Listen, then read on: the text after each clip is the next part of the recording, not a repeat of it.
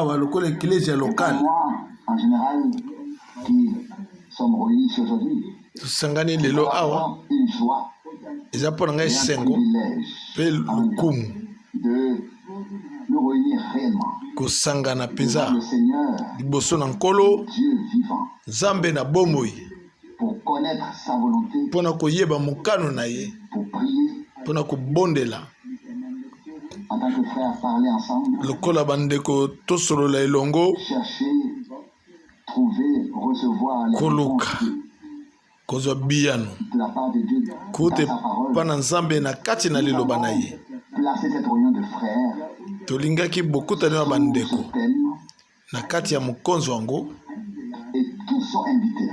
banso babengami Donc tous les frères sont invités. bandeko nyonso to babengami oyo bazwi liloba na nzambe lokola longa na bango baza kondima makomi na bule lokola liloba na nzambe bianso babengami Et comme la réponse à chaque question, mpe lokola eyano déclare d'accord avec na les mutuya na mutuna nyonso to ces frères-là sont invités.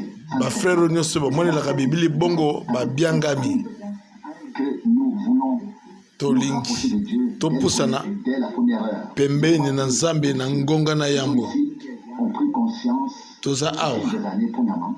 tozwi mokumba Dieu nous na a oyo confié. nzambe apesi biso Deuxièmement, ya la mibale responsabilité na qui mokumba nous a apesi été biso confiée oyo apesi biso de transmettre mpona ce que nous kopesaka avons reçu du Seigneur. oyo toyambi na nkolo Et troisièmement, kopesaka baninga de ya misato cultiver ko- la ko- communion kosalaka entre frères. ete tozala bomoko biso na biso Nous aimer les uns les autres, tolingana aimer les uns les autres, tosungana biso na biso supérieurs aux autres. tomona baninga lokola baleki biso tosunga nzambe tasunga biso na lolenge nyonso esengeli Chacun considère l'autre mpo te supérieur. moko amona moninga na ye lokola ye aleki ye Quelqu'un pour les instruire. Non, nous avons ezali toyawa mpo te moto moko atalisa biso te ensemble toyewa mpo na kosambela biso elongo liboso na elongi na nzambe parlé ensemble mpo na kosolola elongo ndenge tosili koloba la volonté de mpo na koyeba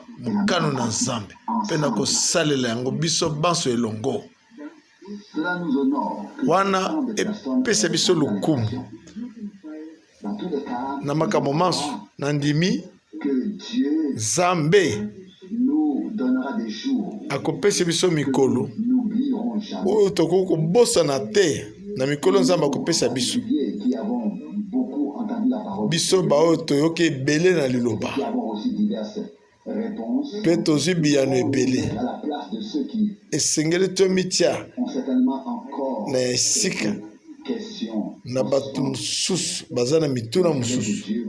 kasi Nous y répondre na lisungi na nzambe tolingi kopesa biyano na nzela ya liloba par la conduite du Saint-Esprit. mpe na bokambami ya molimo monsanto Ce qui importe oyo ya motuya les jours, mikolo na biso oyo ezali ete biso enterrions tous notre propre programme. tolongola bamanaka na biso moko Nous le mettions de côté. totiango mopanzi Nos propres connaissances tobosana mayele na biso makanisi na biso et tout ce que nous faisons.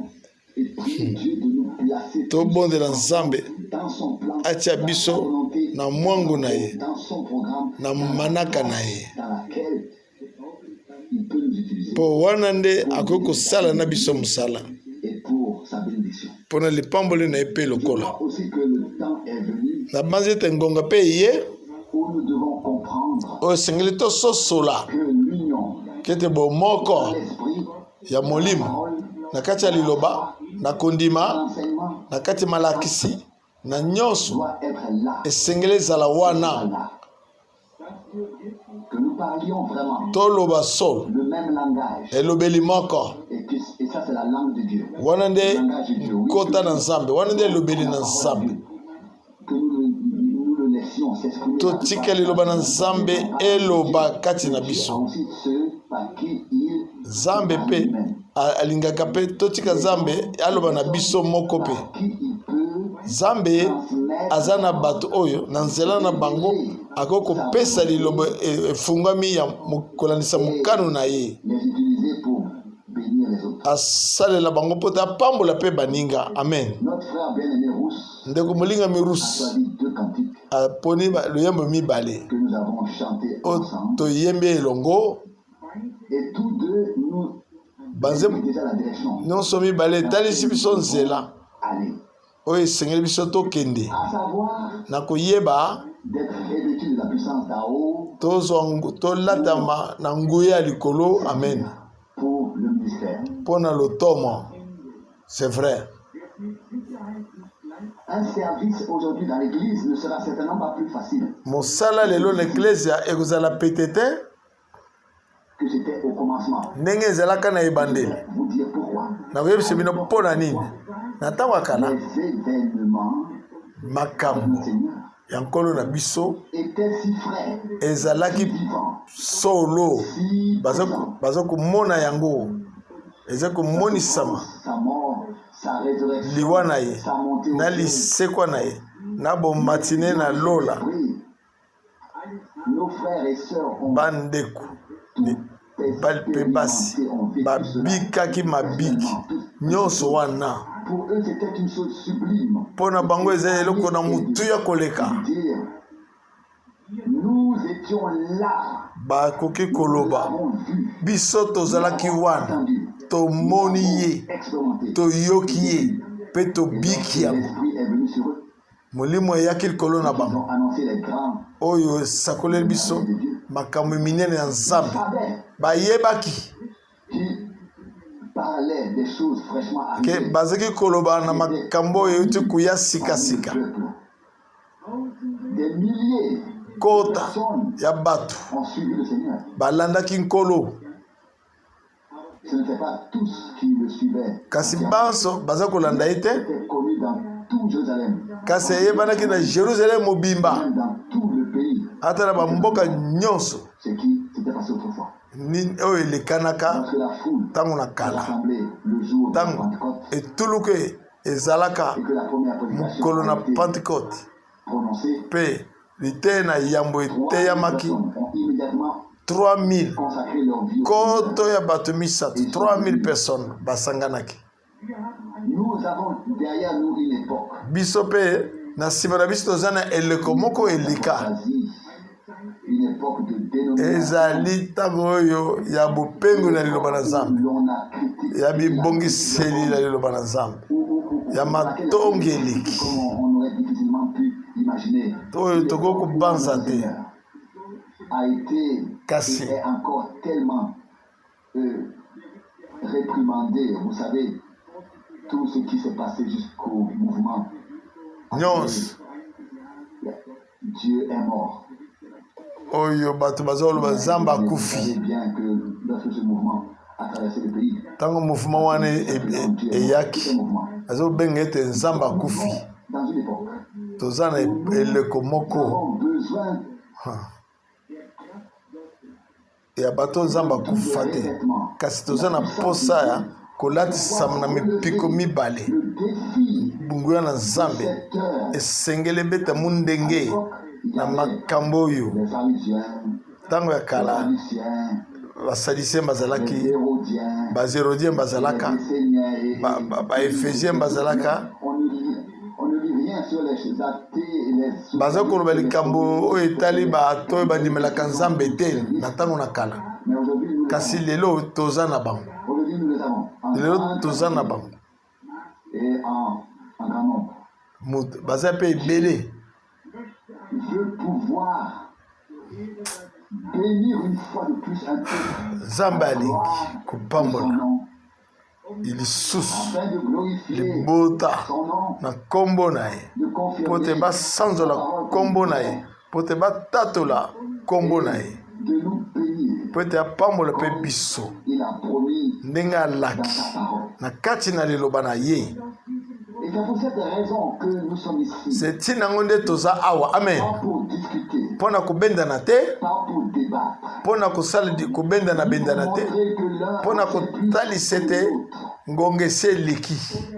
ou qui comprend mieux la question. po tozosola malamu mutu nango Nous sommes ici toza awa pour rendre mpona un service divin au mpona Seigneur kosala mosala ya afin bule qu'il na nkolo nous servir. po te ye moko akosala na biso mosala. Je suis reconnaissant, Seigneur, nazongisi matondi na nkolo de ce que malgré les nombreux na lolenge atako malimboli nyonso tu na ngambo na un reste qui kasi etuluku moke etikali du chemin, kati na nzela qui ne devient pas extrême à droite ou à bakomi gauche, mpe bato ya mais qui marche en fait ngambo na ngambo te kasi bazotambola na nzela na bomoi pour atteindre ainsi. mpona kokoma na but. La plupart des Ebele. gens sont en effet à la recherche de spécialité. bamosusu bazoluka baspécialité Ne tire plus, la suivante arrive.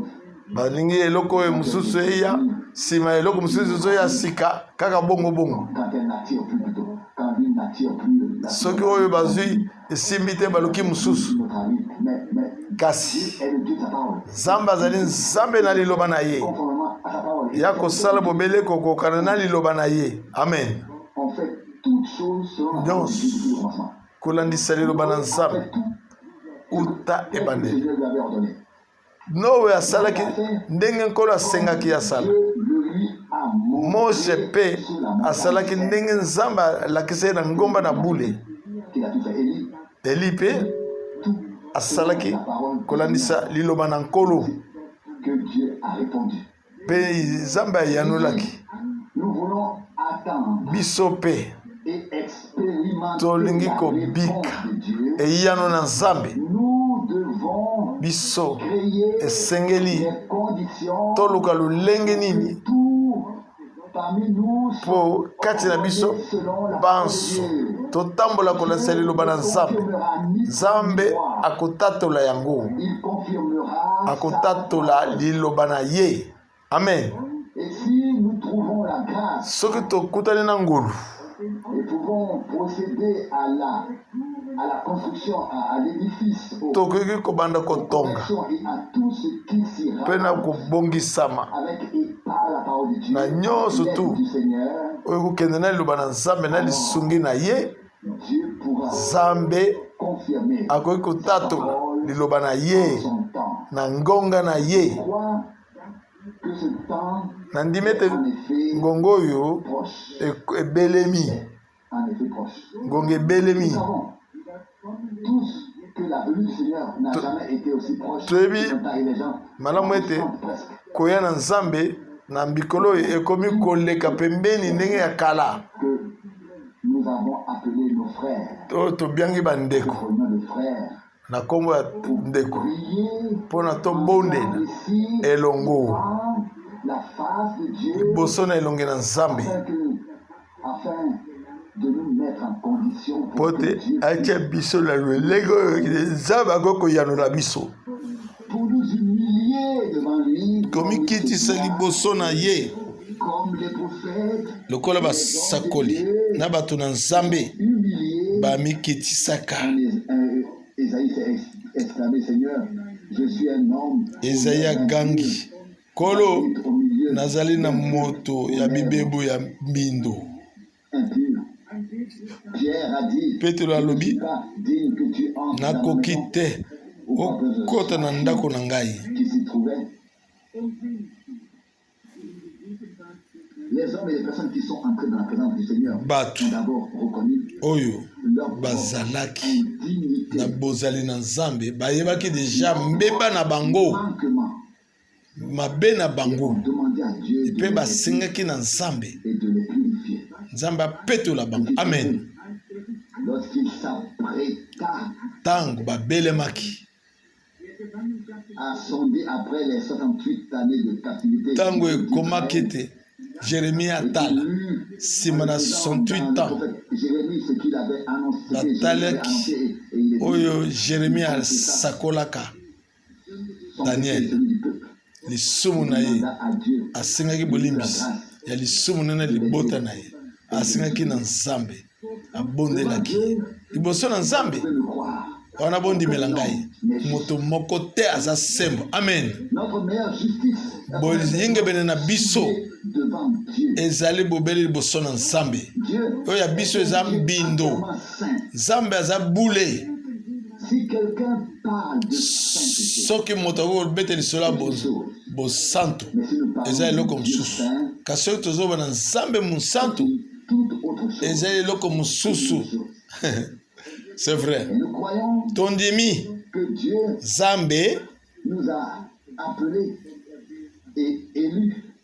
abiangi biso aponi biso mpo te tozala libota ya nzambe Au psaume 82, na psaume 82 le Seigneur a dit kolo alobi aux prophètes, na basakoli vous êtes des dieux. bozali ya banzambe ya mike C'était des hommes bazaki bato destinés kasi à recevoir en eux bango nzambe apona bango te cette partie divine, à savoir la bazwa parole de Dieu. eteni ya bule oyo na koyeba nini liloba na nzambe Une parole qui, un mot qui Mpona ne koyi- correspond pas tout à fait, mais nazala maloba na kokoloba mpenza te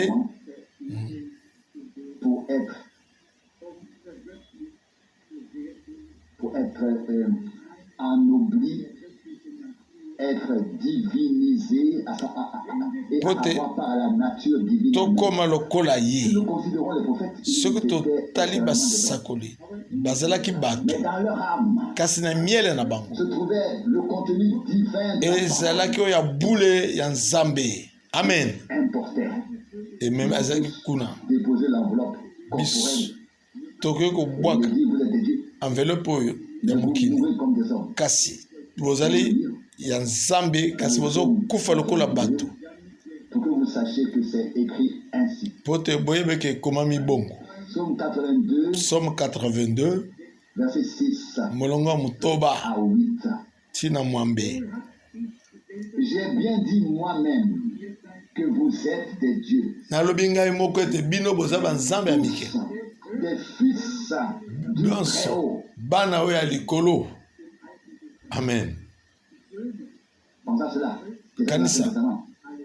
eza na boyokani na kala Vous êtes des fils du Très-Haut. Pas bino seulement du banso Très-Haut, mais déjà dans le bozali bana oyo ya likolo du Très-Haut. mwana oyo ya likolo bino banso mwana te me bino banso Néanmoins, vous mourrez comme des kasi hommes. atako bongo bozokufa lokola bato Comme n'importe quel. banso Comme kokufa n'importe lokola quel moto des nyonso to azokufa nini nango Les dieux des fils du Très-Haut.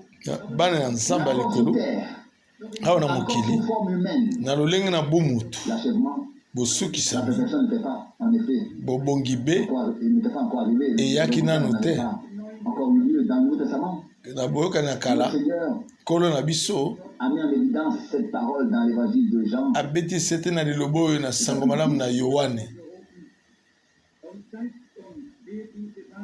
Et nous montre qui étaient alobi ces hommes qui nani yango bato yango bazalaka des dieux. oyo bakomaki banzambe Jean chapitre 10, jean 10 du verset 34. molongo tuku misato na mine Leur répondit, yesu oyo yanoli bango n'est-il pas écrit dans votre loi, ekomami te na mobeko na j'ai bino dit, vous êtes des dieux. nalobi boza banzambe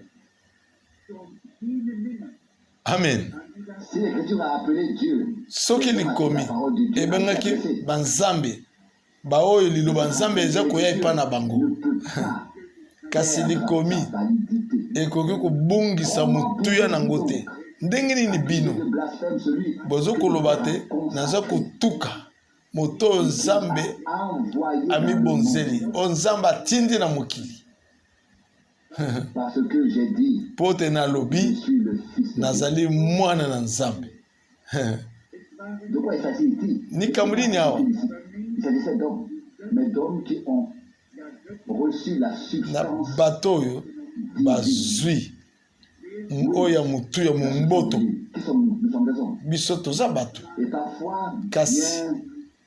bien misérables. ta mosusu Nous mawa avons ezoya fait une chose. kasi tosala Nous eloko avons accepté tondimi avec une foi na totale kondima ce que Dieu nous a mobimba donné. oyo nzambe apesi biso amen Nous avons reçu la substance divine tozwi en nous. bozali na nzambe kati na biso De Dieu na kati na liloba n'est pas une lettre morte. ete liloba na nzambe eza mokanda ekufa te Esprit ezali molimo pe bomoi. Et parce que nous avons reçu cette parole Pamba de te Dieu, tozwi liloba yango kati na biso, Dieu Nzambe a produit aboti. la vie en nous par Nzambe l'esprit. aboti bomoi kati na biso na nzela molimo. De cela maintenant, je voudrais Natoni kolobela yango bien-aimé mpona lelo te, qui nous ont kasi honorés bandeko na biso balingami oyo baye de leur lelo visite. mpo baye kotala biso. Lorsque les frères du Zaïre Ntango bandeko ya Zaïre m'ont dit qu'ils étaient balobaki na ngai, prêts à payer leur billet, babelemaki bango moko bafute babiye na bango, cela m'a beaucoup ému. eningisaki ngai na Que Dieu motema. les bénisse. Po ete Nzambe apambola bango. Vous imaginez qu'il n'est pas si facile Tobanzaki te eza pete te d'habiter dans un pays africain. na kofanda na mboka Et lokola ensuite, nous venons Afrique et nous pouvons payer notre billet. mpe tofute babiye na biso.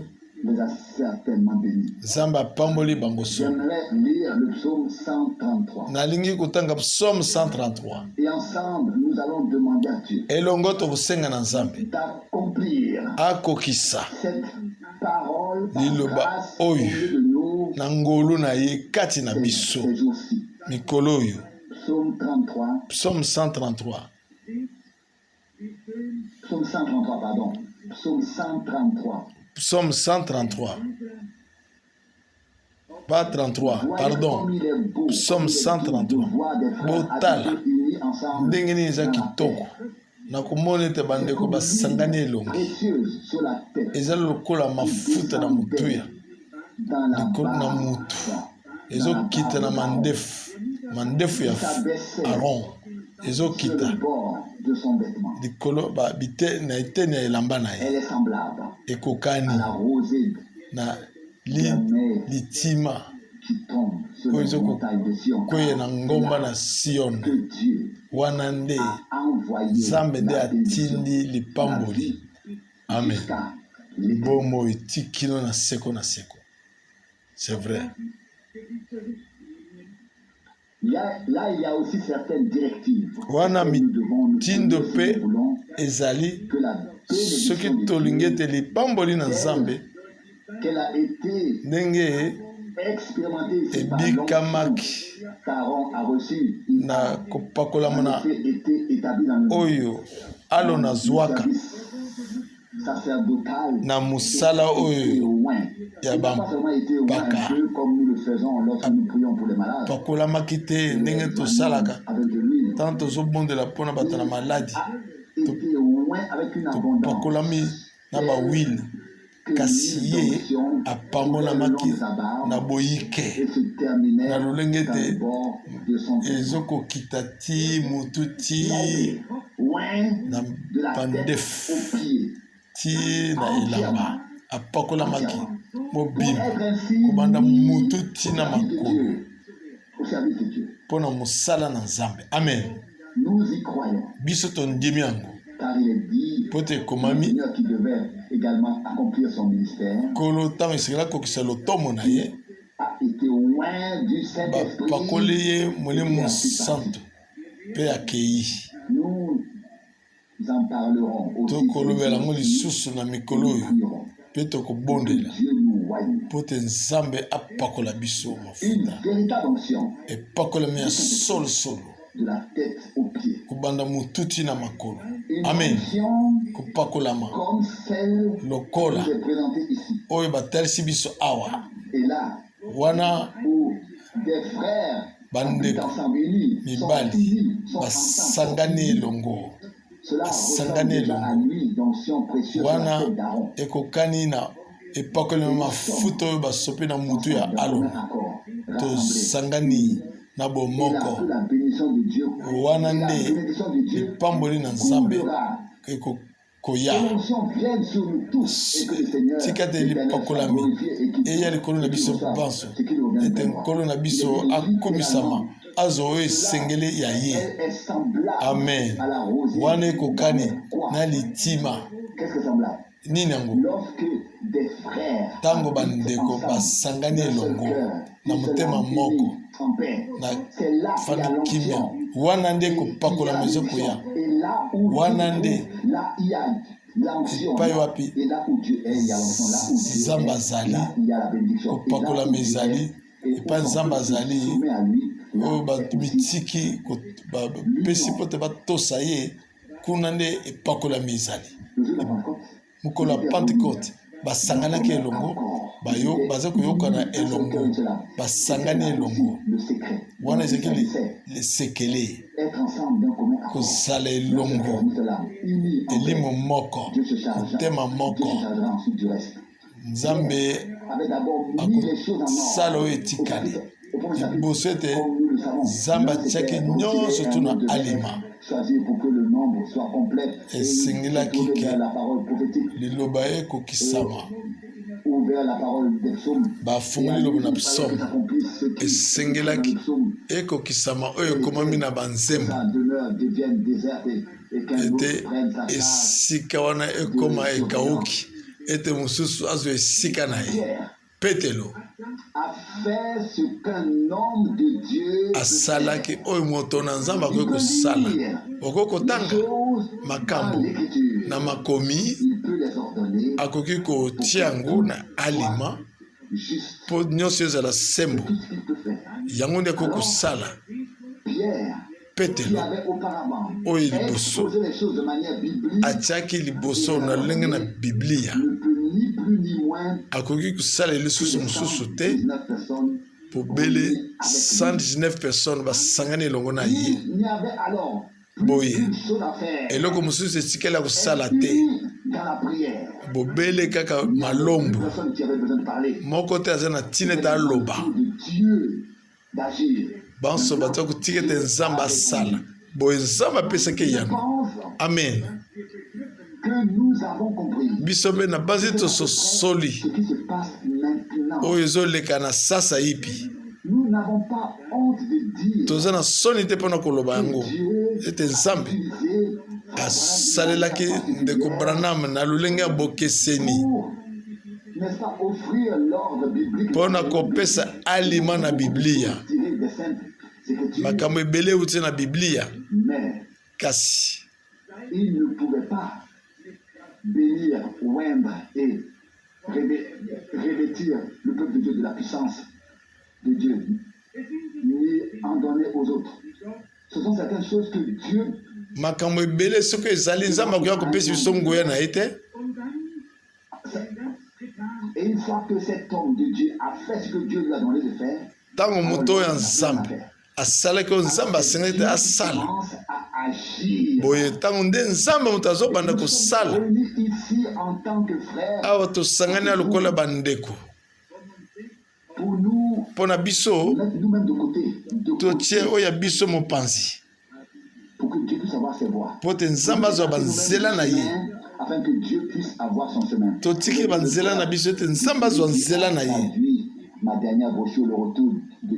ndeko ya limboli lite na ngai ya suka retour na Christ alobi na ngai ke nazwaki 36 heures du temps mpe nasilisi kolimbola alimbola yango na kiarabe akomi na mokonzo yango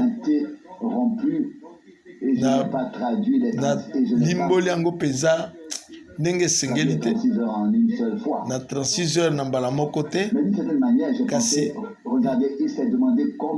tala ngonga nini yango ekozwa ekomi yango na 36 heures mokanda moke boye boni bandeko balie balimbolaki babrochure oyo Etienne Diento mpe alimbolaki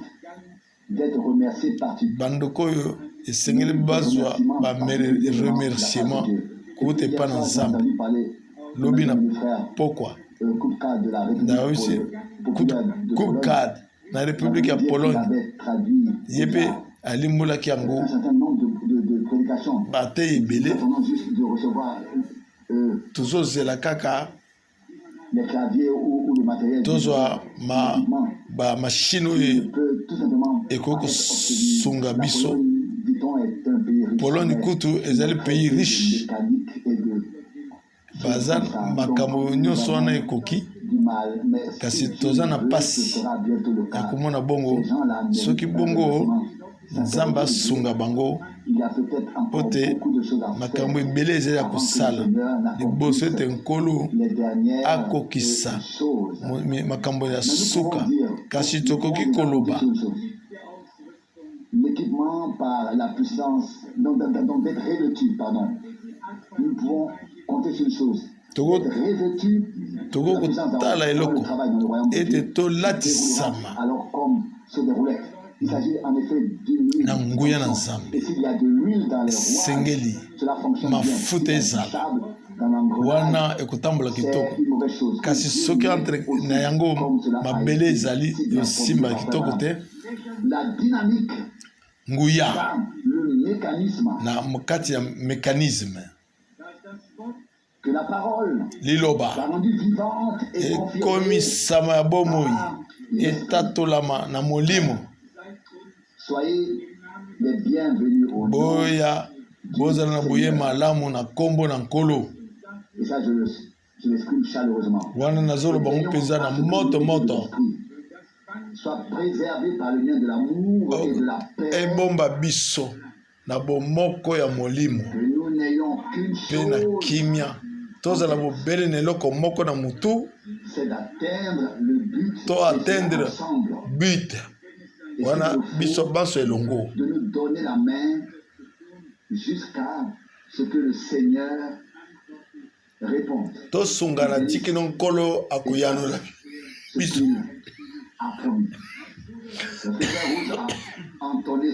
Zambe yako kisawo ya laki de cruz atinda lodiembo. Le premier passage est tiré de Zacharie passage ya liboso Zacharie chapitre 4. ezwami na Zacharie 4. La deuxième partie du verset 6. Eteni ya mibale peut-être devrions-nous aussi na molongo ya motobo totanga nano en entier. totanga version ya mobimba nango. Voici la parole de tala liloba na Yahweh na Zorobabel. Ce n'est ni par la puissance, ezali na nguya te, ni par la force, ata na makasi te, mais kasi par mon esprit eza na molimo na ngai que nde cela se fait. wana ekosalama. L'Éternel des armées. Eloba Yahweh na mapinga. Amen. Ce n'est pas par la puissance d'une armée, ezali ni na par la nguya force, te, na makasi pe te, mais par l'esprit de Dieu. na molimo na Nzambe. Il est écrit ici, Ekomami awa ensuite au chapitre 10, na molongo ya so Zacharie chapitre 10, verset 1. Zacharie Dans le premier 10. cantique, nous avions chanté plus de bénédictions. Kantike ya liboso toyembaki ebele na mapambo. Verset 1. Molongo ya yambo Zacharie Demandez à 10. l'Éternel Senga Yahweh mbula dans le temps de la pluie de na l'arrière-saison, ngongo ya mbula ya suka de l'avant-saison. na mbula ya munene. Qui crée les nuages d'orage, Kolo yo donne des asalaka trompes d'eau, vous enverra une tuluku na abondance mai pour toute plante ye dans les champs. akosopa mai ebele mpona banzete nyonso toloni na bilamba. L'Éternel, la pluie Tosenga na dans le nkolo temps de la pluie de na l'arrière-saison. ngonga ya et de la mbula pluie ya de suka. Nous savons Toyebi que dans le naturel, Na dans la bomu. nature, l'agriculteur Na a bomu. besoin de la pluie bao avant de bato semer. ya bilanga Si la pluie ne liboso vient ete pas, alona esengeli mbula la soki pluie est nécessaire. wana mbula eza na Nous motuya savons que la pluie de l'arrière-saison mbula ya suka arrive avant la récolte. eyango eyaka liboso na Qu'elle kobuka est puissante wana eza na nguya et makasi qu'elle est accompagnée d'un bon orage. ememami mpe na Et que mopepe Dieu- makasi et que Dieu puisse nous l'accorder. pete nzambe apesi biso yango. La pluie de l'arrière-saison Mbula ya suka viendra ekoya. parce Amen. que Dieu Pamba te l'a promis. nzambe nde moto alaki yango. Amen. Tout ce que Dieu a promis Oyo nyonso to nzambe alaki s'accomplira. ekokokisama. Je voudrais Nalingaki nous faire part d'une parole que ce frère na de la Syrie m'a écrite pesa bino pour me liloba soutenir dans la foi, ndeko ya pour sibi m'encourager. akomeli ngai mpona kosunga ngai na kati na kondima Aussi mpona demander à kolendisa tout le ngai monde de- mpe il m'a demandé de saluer tout le asengi monde. ngai te napesa bato baso mbote. Genèse 15 Verset 1. molongo na yambo. Genèse chapitre 15, Genèse 1 verset 1. Genèse 15, verset 1. Genèse 1 Après verset cela, la Genèse parole 15 nsima nango liloba na Yawe eyaki en une vision. na emoniseli Ne crains pas, kobanga te car je suis po te ton bouclier. nazali nguba na yo Ton bouclier. Ta récompense sera nazala très nguba na yo grande. lifuti na kozala monene. Amen. Le frère a écrit qu'il avait vérifié dans le dictionnaire Kolo que cette akomi expression akei kotala na ne dictionnaire crains pas elobeli oyo kobanga te 365 fois alobi ezali dans la Bible. 365 fois na biblia Puis il dit ou demande, mpe alobi se pourrait-il que le Seigneur ait voulu nous dire oyo nkolo chaque jour, alingaki koyebisa biso mpona ne crains pas, mokolo nyonso to ya mbula je suis mobimba avec toi. kobanga te Ta mpo te récompense naza na yo sera très grande. lifuti na ye kozala monene. Amen. Il y a certaines choses makambo mosusu dans ezali les Écritures na makomi qui nous touchent. esimbaka biso solo. Vous savez, Abraham boyebi est abraham revenu d'une victoire awutaki na sur elonga ses rois et ainsi de suite. likolo ya Mais vous bakungu savez nyonso très to bien wana que lorsqu'on Boyebi on malamu. affronte tant de peuples comme ntango petits, Ozo- combien était-il 300 et kutana d'hommes, na vraiment, bato il y ebele avait boye des armées de quelques nations. mabota ezalaki ebele oyo Aurait-il pu se dire, oyo eh bien, babundaki na si abraham à nouveau et reviennent, ils pourraient, n'est-ce pas, nous rendre l'appareil. Mais le Seigneur a dit, ne crains rien. Abraham, abangaki eke lokola alongi bango bango mpe bakoya kobundisa ye kolo alobi na ye kobanga on te avait le bouclier à la guerre pour ne pas kala être toza na nguba aujourd'hui, c'est na très bitumba différent. oyo Mais la po te Bible basimba est biso déjà te un livre. lelo eza kokesena eza monene Si nous pensons soki au tobanzi chapitre 6 na d'Éphésiens, mokapo ya il est écrit motoba ya efeso le bouclier de efo la foi tosimba pour pouvoir nguba na toutes kondima les flèches mpona du koboma malin. minduki nyonso to ya Nous monguna voulons faire en ce moment. oyo ndenge tolingi kosala sasa Nous ne yebi nous contentons pas de le dire, c'est vrai. Jésus tokosepelaka na koloba yango kaka te il a vaincu la mort, kasi alonga liwa l'enfer, na lifelo amen ressuscité asekwaki le troisième jour. mokolo ya misato amen. En tant que frère, ndeko lokola ndeko je voudrais nalingaki lire natanga Éphésiens 6. Ephésiens 6 Et vous souhaitez cela bolingi yango de tout cœur, comme na motema moko accomplissement dans votre vie. lokola okokokisama na bomoi na yo amen. Tenez-vous donc là, ayant la vérité pour ceinture. botelema wana kozala na solo lokola mokaba. Si nous lisons la lettre de Timothée, il est dit Surtout Timothée. où l'on se détournera de la vérité. ngonga ekoya bato bakoboya Le solo docteur sur le docteur. po te bakomi kopesa badokotolo na badokotolo Avertis. awa bakebisi biso.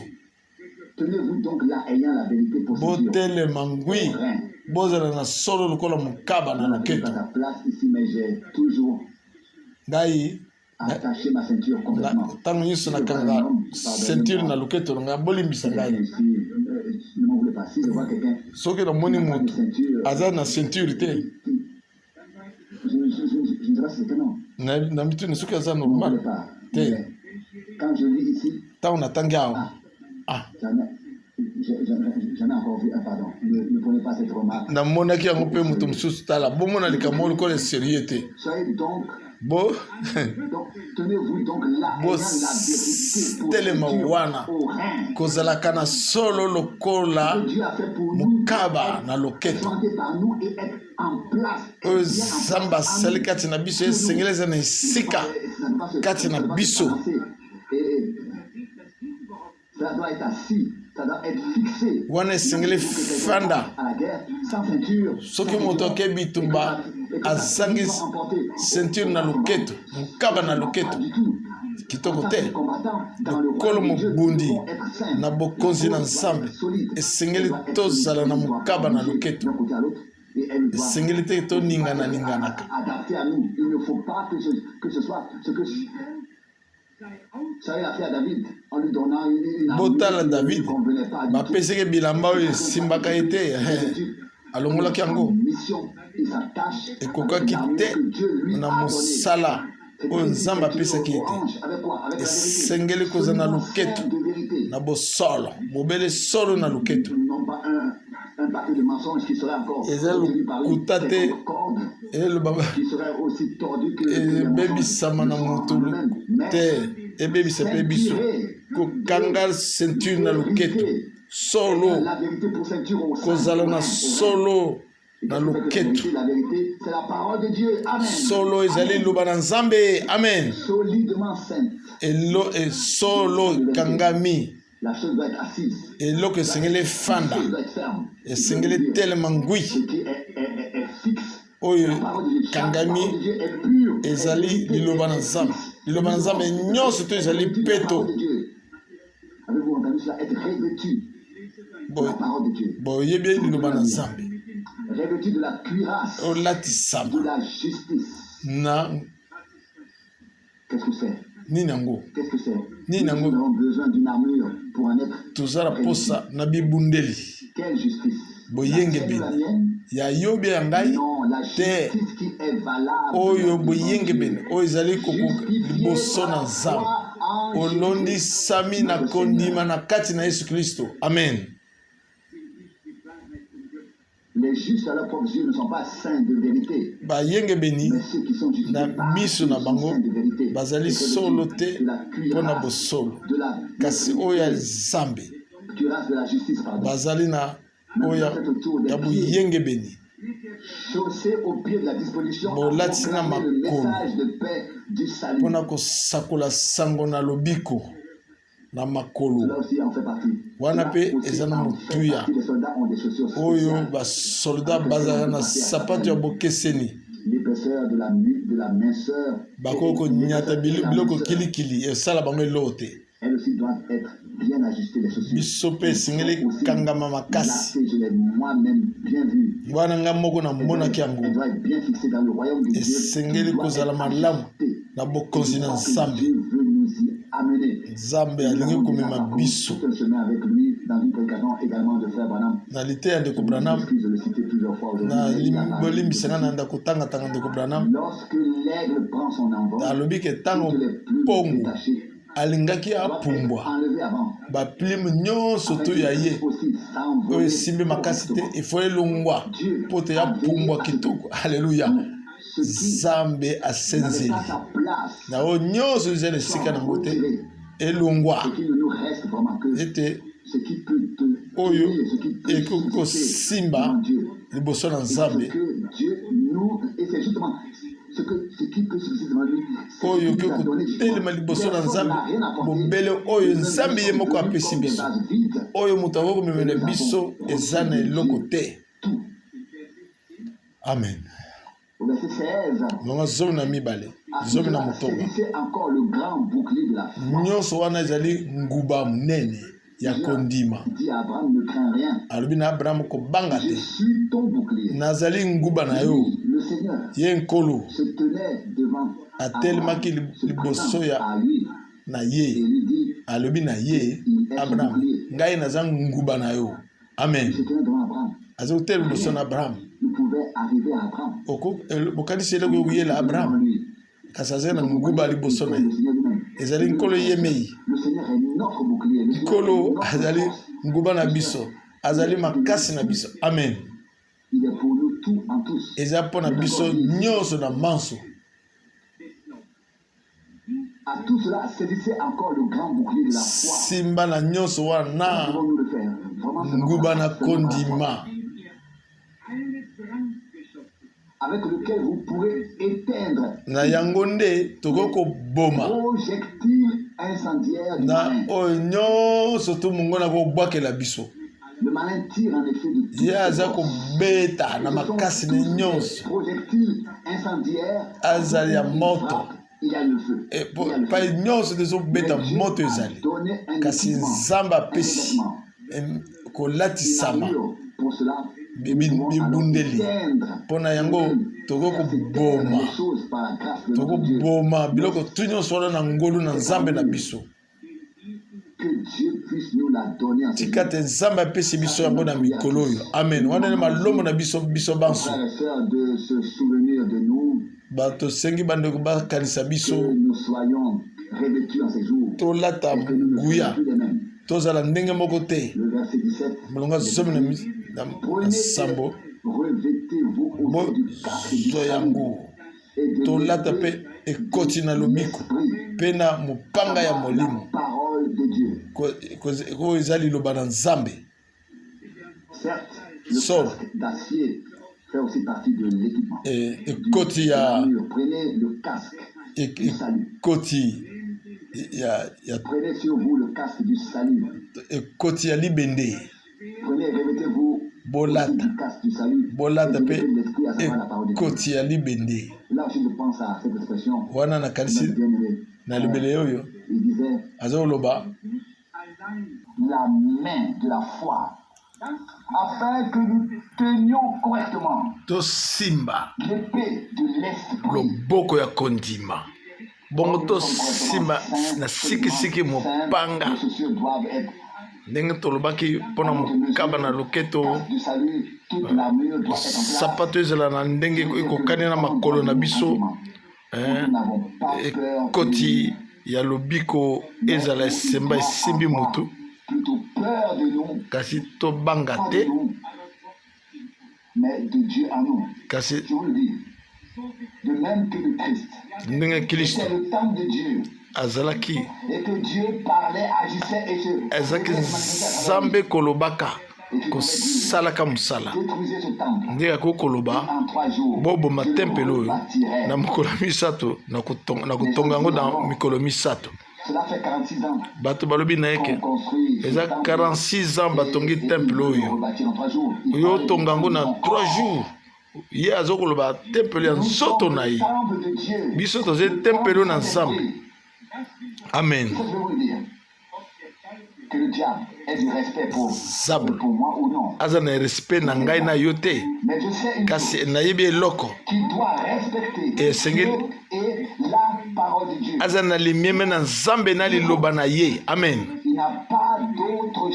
aza na eloko mosusu ya kosala te. Kolo anyati motu ya dalagona nyoko na kalakala satana akangole biso. Amen. Na bowumbu ya satana bokonzi ya molili alongoli biso kuna akoti biso na bokonzi na Nzambe. Toza na kati na bokonzi na Nzambe. Amen. Nani nazemo nkumu Nzambe ye moko tatolete Nzambe nde nkumu kolo azali nkumu na biso na bokonzi na ye. Tala bobiangi tobondela ntango iso na molimo na bosengi na bolelileli na lolenge nyonso kete tokangama na elikya ya mutuya. Tokoki malamu toza na ekenge na kati na kobondela toloba makanisi ebele na mitu na biso ezali bato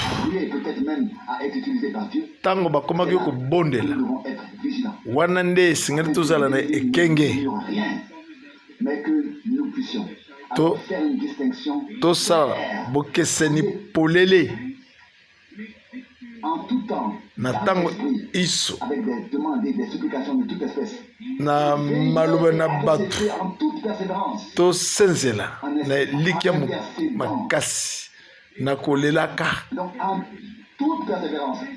na koyikaka mpiko ilingi koloba kobondela koyika mpiko tikala ngwi na oyo Nzambe alaki mpo te ya kosala yango mpo ye nde moto alobi yango. Amen. Boyebilaka tozozela yango ndenge Abakuki alobi bozela tikene koya na kolelaka mpo na yango wana mpe eza eteni na yango mpe tomoni yango bipa biso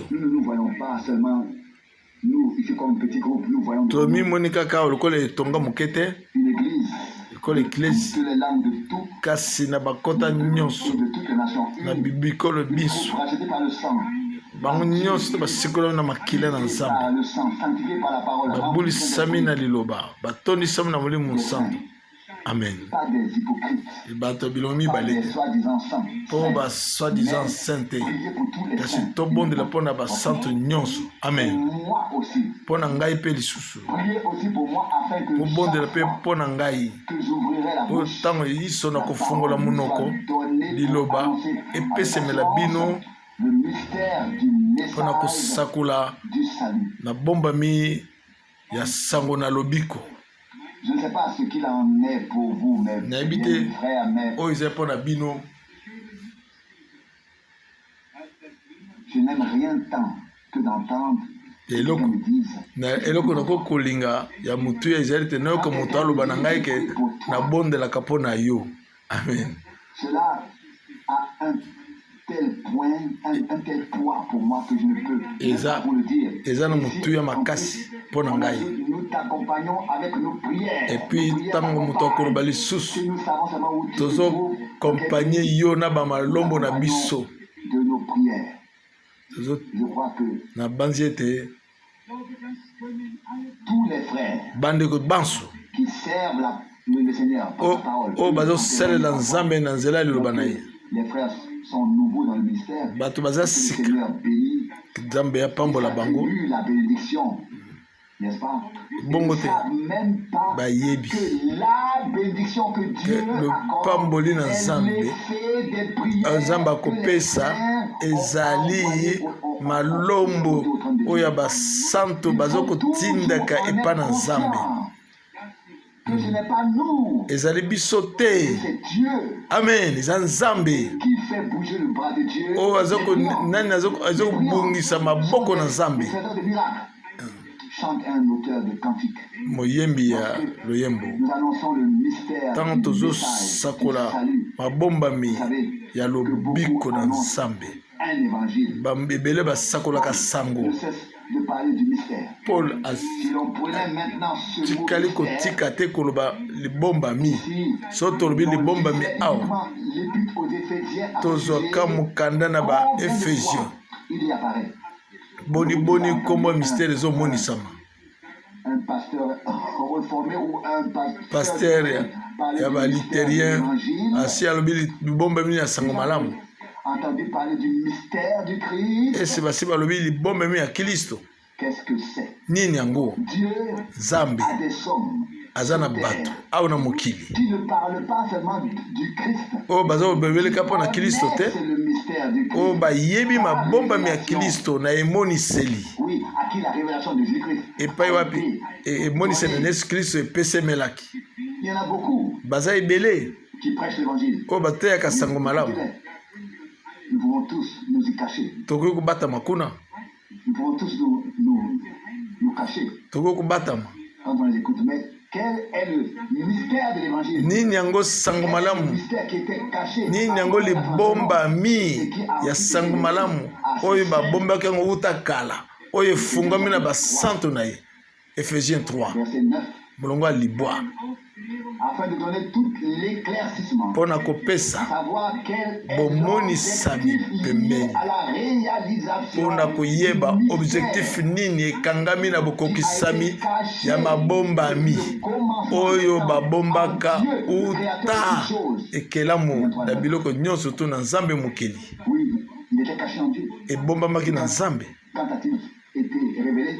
ntango nini efungwamaki? A-t-il été révélé en Dieu? ndenge nini efungwamamaki? na kati ya kristo nde wana mitalisaki. Amen. C'est en Christ que ça a été révélé. eza kati na kristo nde emonisamaki. Ça a été révélé près de toute autre signification pour nous, n'est-ce pas, frère? Il y a des passages de l'écriture qui ont passage été mis en lumière pendant si pia longtemps. makomi oyo batiaki polele te ntango molai Que l'on n'avait pas vu auparavant. na ebandeli batikala koyeba yango te. Soupçonné. Bien aimé, je ne voulais pas prêcher, je voulais nalingi koteya te, ici et lire les écritures tout simplement. nalingi nayaka kotanga makomi pamba, Fait partie de kasi wana tokekoti kaka que ça, na mokumbo nzambe apesi biso. et que Et que Dieu puisse tika te nzambe faire en sorte que cela produise le peuple lequel asala ete est envoyé. Permettez-moi de lire encore le deuxième verset. natanga deuxième verset. Paragraphe, le verset 20 seulement. Verset ya tuku mibale. Ephésiens 6, verset 20. Ephésiens 6, verset 20. Mystère Libombami lequel, pona yango même enchaîné, je suis un ata nakangami na minyololo franche confession de foi. apesa Comme eteni il me convient ya de ça. botatoli ndenge ekoki. Nous voulons aussi l'être tous. Nous ne voulons pas seulement courir. tolingi biso kopotapota te, Nous ne voulons pas partir. tolingi kokende te soki nzambe atindi biso te, Nous voulons partir parce qu'il nous a été ordonné. tolingi kokende mpo te nzambe nde moto apesi motindo. Tokoki koloba te mpo te nzambe nde moto apesi biso oyo esengeli toloba. 19 alobi bobondela mpe mpo na ngai, mpo na yango kutu nde mpo na yango bakangi ngai, mpo ete kati na ye talaka sango na lobiko ete natatola wana mpe napesi mpe bosengi wana ete ngai mpe natatola kondima oyo eza na kati na Yesu Kristo. Tolingaka koteya te, tolingaka koteya na kombo na Nkolo. Tolingaka koteya sango malamu te, tolingi koteya kaka Yesu Kristo na emoniseli na kokokana na manso mpe mosakoli. Tondimi kosuka ekokokana na ebandeli. Balingami, soki tomitali biso moko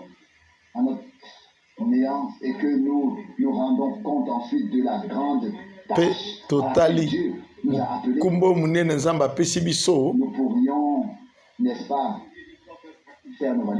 tokoki kokanga valise na biso. Tolobi Nkolo nakoki te, ekosimba te. Eza bato na nzambe nde balobi mbala na mbala nakokoka te Nkolo, mpe Nkolo alobi.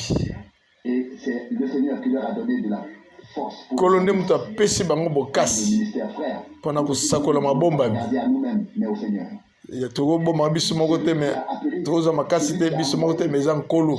Ye nde moto abengi, ye moto atindi biso, ye moto apesi liloba na ngolu na ye. Tolingi kosenga ye apakola biso kaka te lokola ebele bapakolami, kasi apakola biso mobimba lokola Aaron apakolamaki banda motu tie makolo, ndenge esalamaki na ebandeli ya kondima na sika, kopambola mobimba na Molimo Santo. Tokoki koyoka ete nguya na Nzambe emonisamaki, Nkolo akotalisa nguya na ye. Lokola toyebi eteni ezoya te, me Nzambe ye ayebi yango malamu. Zala na kimia motema na ngai, Nzambe ayebi eteni ezolanda. Tika ete Nkolo asala na biso mosala, apambola biso na nguya, mpe asala na biso banso. Na tongo tokoza awa lokola bandeko na ba 10h, après midi mpe na ba 14h 15h lobi na pokwa tokozala lisusu na pokwa nayebi te ndenge nini ekozala. Soki bando mibali mpe basi balinga koya moko obe ndeko mosusu abelema mpona olobele kosongolo oyo totika tike nono mokolo ya samedi. Nalobi te kasi limbisa ngai, bolimbisa ngai. Tolingi kozwa makambo ndenge ezoya mokolo ya bomoko lobami mpona lobi mokolo ya lobi wana mosusu mpe mokolo na bokutani ya bafrère wana mokolo elandi mpona biso banso samedi soir ekozala bokutani mpona bino banso oyo bakozala awa te mikolo ya mibale wana bokanisa biso na bapriere na bino mingi na ngongo tosangani na ba 10h30 lokola momesano mpe na pokwa nango ntango mosusu na 19h ndenge esengeli bokanisa biso na ntango wana bokanisa biso Nzambe esengeli ayebana na lukumu na ye tolingi kosala oyo nkolo ye moko asengi biso ye tosala mpe tokokoloba tosali maso kolandisa liloba na yo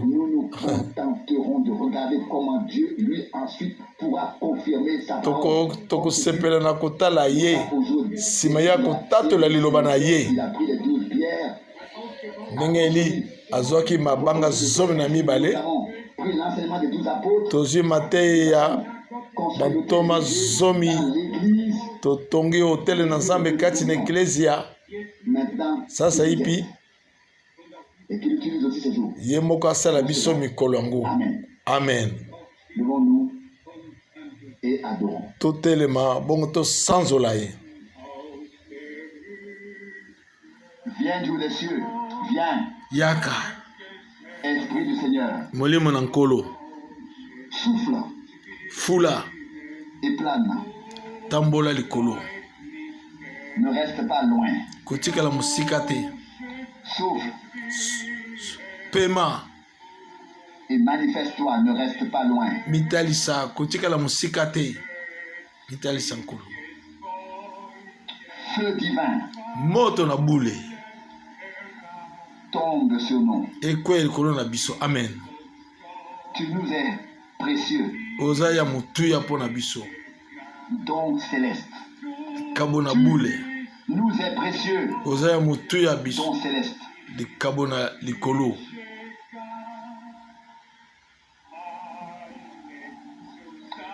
Tous ensemble. Biso banso elongo. Baptise-nous. Baptise biso. Dieu des cieux. Utalola. Pour que la sainte flamme soit visible sur nous. Pote. Pour que ndemulo ya moto ya boule. la sainte flamme emonisama. Soit visible. Ndemona moto. Emonisama likolo na biso. Dieu fidèle et Seigneur, Zamba sembo nkolo. nous te remercions Elongo to zongsilo matondi. parce que Na poete. nous, ton peuple, Biso libota na yo. pour de ta main, Tuluku na yo ya maboko na yo. puissions recevoir les paroles Toka koyamba maloba. que tu as prononcées Malobo yo tatuli. personnellement adressées. Ndenge yo lobeli biso yango peza. Les accepter. Tondima yango. Ne craignez Olobi na biso kobanga te. pas. Kobanga te. Nazali nguba na yo. Difuti na kozala munene. Amen. De même, toutes les autres paroles de Pe l'Écriture, maloba manso to ya makomi.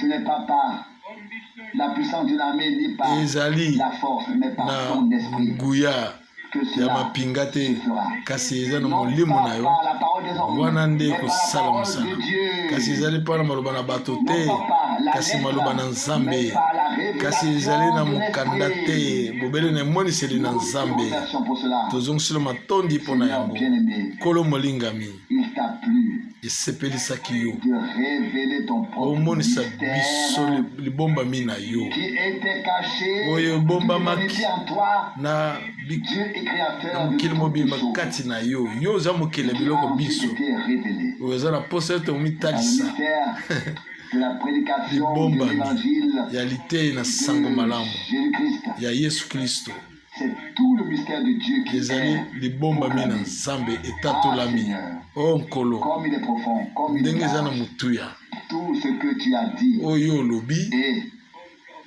révélé. emonisami C'est Sauveur bien-aimé.